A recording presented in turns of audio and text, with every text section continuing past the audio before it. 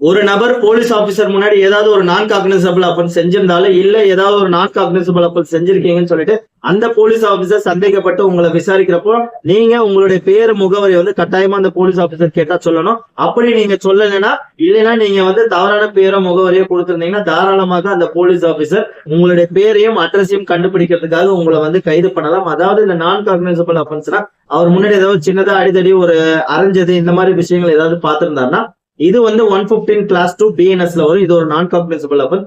அந்த மாதிரி சமயத்துல போலீஸ் ஆபீசர் பேரும் அட்ரஸும் கேட்கிறப்ப கண்டிப்பா சொல்லுங்க. அப்படி சொல்லலைன்னா அவர் வந்து அந்த ரீசனுக்காக வந்து அட்ரஸ் கண்டுபிடிக்கிறதுக்காகவும் பேர் கண்டுபிடிக்கிறதுக்காகவும் தாராளமாக கைது பண்ணலாம்.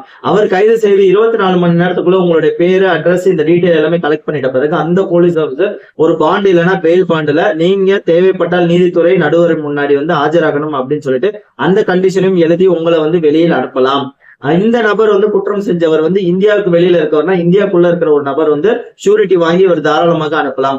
24 மணி நேரத்துக்குள்ள வந்து இவரால் வந்து கண்டுபிடிக்க முடியல, அவருடைய பேர் அட்ரஸ் எதையும் கண்டுபிடிக்க முடியல அப்படின்ற பட்சத்துல நடுவர்கிட்ட வந்து இவர் வந்து ப்ரொடியூஸ் பண்ணணும். இதான் section 39 clause 1 clause 2 clause 3 BNS சொல்லுது. இது போல அடிப்படை சட்டம் பற்றி தெரிந்து கொள்ள நமது சேனலை ஃபாலோ பண்ணுங்க. Thank you friends.